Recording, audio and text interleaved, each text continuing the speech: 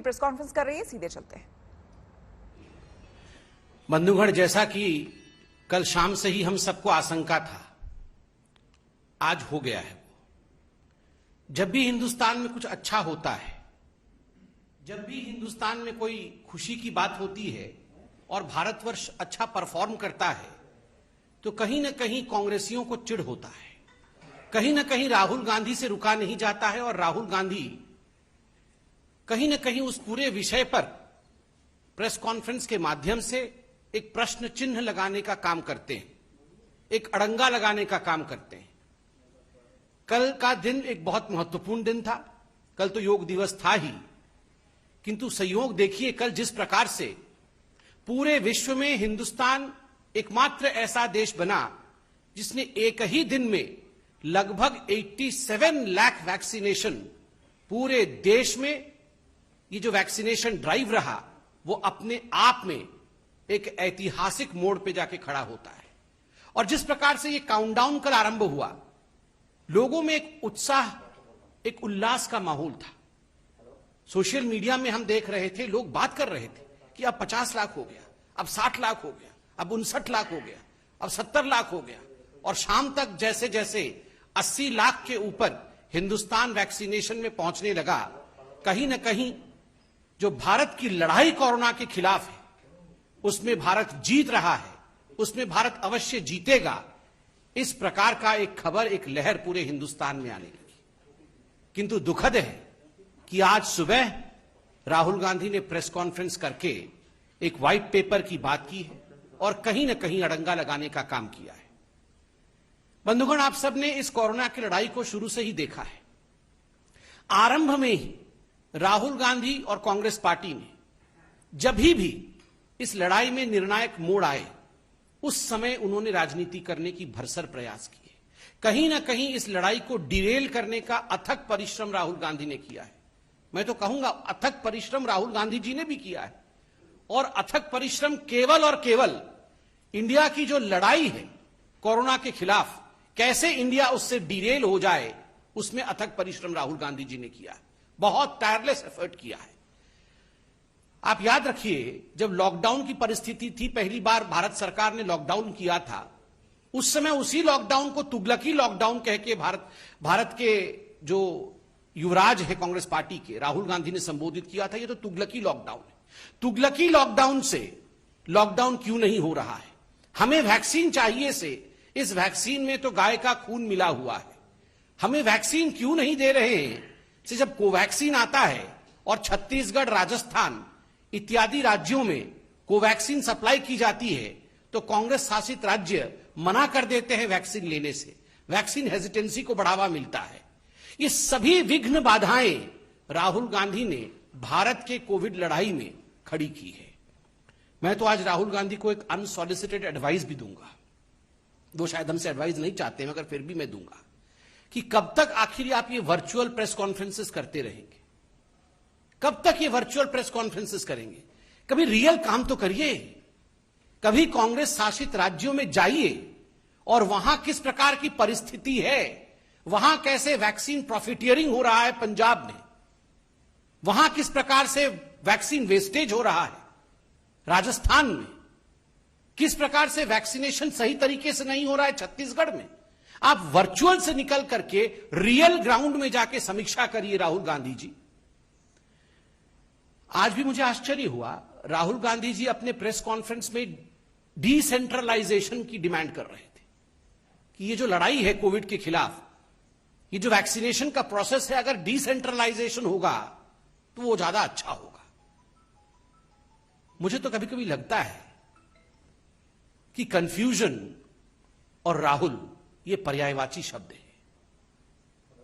Confusion is thy name. Rahul Gandhi ji का नाम ही कंफ्यूजन है। He is Confucius Gandhi. हमेशा कंफ्यूजन होना चाहिए, नहीं होना चाहिए, वैक्सीन लेना है, नहीं लेना है, लॉकडाउन करना है, नहीं करना है। हर विषय को लेकर एक कंफ्यूजन की स्थिति को उन्होंने उत्पन्न करने का काम किया है, राजनीति करने का काम किया है। आज उन्होंने व्हाइट पेपर के बारे में कहा है कि एक व्हाइट पेपर वो जारी कर रहे हैं और कुछ बिंदु उन्होंने कहा है। बंधुगण, हम भी एक व्हाइट पेपर लेकर आए हैं।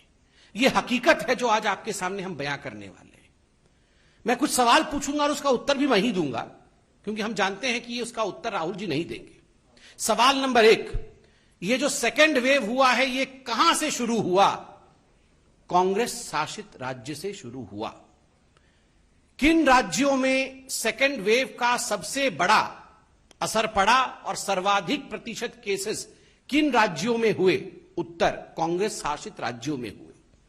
सर्वाधिक मृत्यु किन राज्यों में हुए सेकेंड वेव के कारण?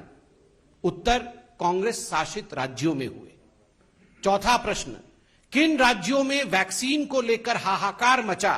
किन राज्यों ने कोवैक्सीन से इनकार किया और उसके कारण वैक्सीन हेजिटेंसी हुआ? उत्तर, कांग्रेस शासित राज्य। किन राज्यों में सर्वाधिक फैटेलिटी रेट, मृत्यु दर सर्वाधिक किन राज्यों में रही? उत्तर, कांग्रेस शासित राज्य। छठा प्रश्न, सर्वाधिक पॉजिटिव रेट कोरोना को लेकर किन राज्यों में रहा? उत्तर, कांग्रेस शासित राज्य। सातवां प्रश्न, किन लोगों ने डिसेंट्रलाइजेशन डिमांड किया था वैक्सीनेशन में? उत्तर, कांग्रेस ने। आठवां प्रश्न, किन लोगों ने यू टर्न करते हुए डिसेंट्रलाइजेशन के बाद सेंट्रलाइजेशन चाहा? उत्तर, कांग्रेस। कल इतना बड़ा ऐतिहासिक वैक्सीनेशन का पूरा प्रोसेस रहा, किन राज्यों में सर्वाधिक वैक्सीनेशन हुआ और किन राज्यों में सबसे कम न्यूनतम वैक्सीनेशन हुआ?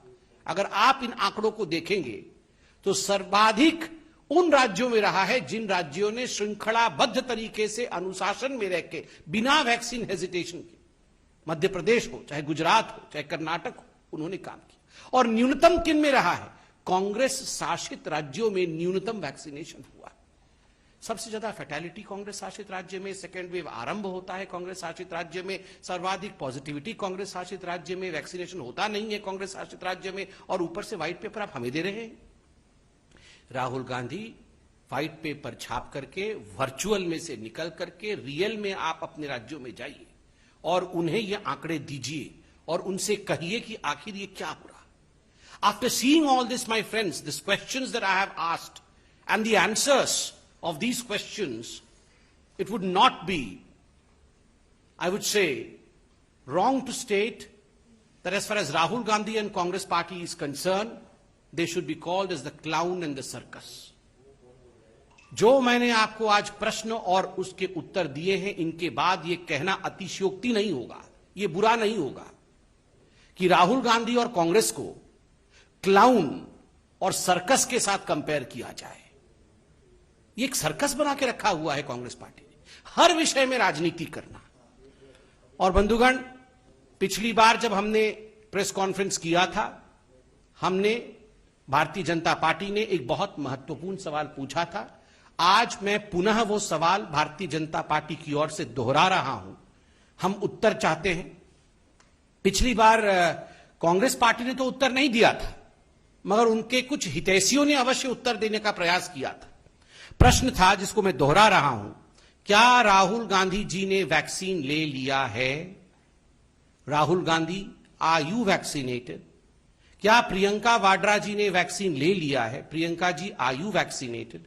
रॉबर्ट वाड्रा वैक्सीनेटेड हैं या नहीं है? बिकॉज जो कांग्रेस की फर्स्ट फैमिली है, क्या ये फर्स्ट फैमिली वैक्सीनेटेड है या नहीं है?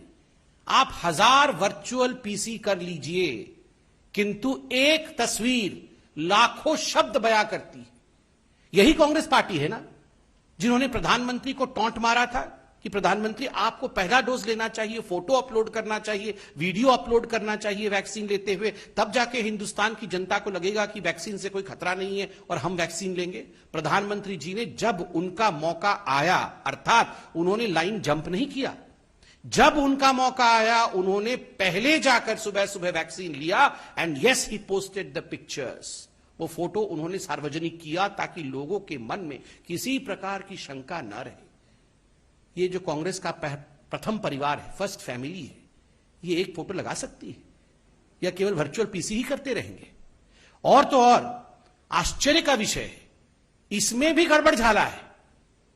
जब पिछली बार भारतीय जनता पार्टी ने पूछा कि क्या राहुल जी ने वैक्सीनेशन लिया है, तो खैर राहुल जी तो उत्तर देते नहीं हैं, कुछ हितैषियों ने उनके पार्टी के अंदर से उत्तर दिया कि राहुल जी को वैक्सीन लेना था, 16 तारीख को लेना था, 16 अप्रैल को वैक्सीन लेना था, किंतु 15 तारीख को उनको कोरोना हो गया, इसलिए 16 तारीख को वो वैक्सीन नहीं ले पाए, 16 अप्रैल को। मैं आपको बताना चाहूंगा इसमें, आप लोग सब जाके राहुल जी के ट्विटर हैंडल को जरा देखिएगा। तो आप याद करिए, 18 तारीख को राहुल गांधी जी ने ट्वीट किया था कि मैं अब किसी प्रकार की रैली नहीं करूंगा कोई चुनाव में, अब मैं सभी से अपील करता हूं कि कोई और चुनाव में रैली ना करे, कांग्रेस अब रैली नहीं करेगी, मैं भी रैली नहीं करूंगा। वाह। 20 तारीख को फिर राहुल गांधी डिक्लेयर करते हैं कि मुझे कोरोना हो गया है। आज मालूम पड़ रहा, उनके खुद के लोग डिबेट्स में कह रहे हैं और कुछ लोगों ने स्टोरी छापा है इस पे कि 15 तारीख को राहुल गांधी जी को कोरोना हो गया था, इसलिए 16 तारीख को वैक्सीन ले नहीं पाए। फिर वो जो मोरल हाईग्राउंड लेने की कोशिश 18 तारीख को कर रहे थे कि मैं अब रैली नहीं करूंगा, आप इसमें भी, कोरोना में भी, मैं तो ईश्वर से धन्यवाद करता हूं कि राहुल जी ठीक होकर, स्वस्थ होकर हमारे बीच में आए हैं, किंतु इसमें भी राजनीति कर रहे थे। आप कोरोना हुआ था और आप कह रहे थे कि मोरल हाईग्राउंड लेता हूं, मैं रैली नहीं करूंगा, और उसके 4 दिन बाद आप डिक्लेयर कर रहे थे कि मुझे कोरोना हुआ है। मुझे लगता है बीमारी की हालत में इस प्रकार की राजनीति कभी नहीं होनी चाहिए। बीमारी के साथ राजनीति नहीं होनी चाहिए, वैक्सीनेशन के साथ राजनीति नहीं होनी चाहिए। और इन विषयों पे, चूंकि वो एक पब्लिक लीडर हैं, सारे विषयों पे बोलने का उनका अधिकार है, किंतु क्या वो वैक्सीनेटेड हैं, और अगर नहीं है तो जो उनके हितैषी कह रहे हैं क्या उसमें तथ्य है, इन विषयों पे वो अपनी सफाई दें। आज मैं इतना ही कहना चाहता था। बहुत बहुत धन्यवाद।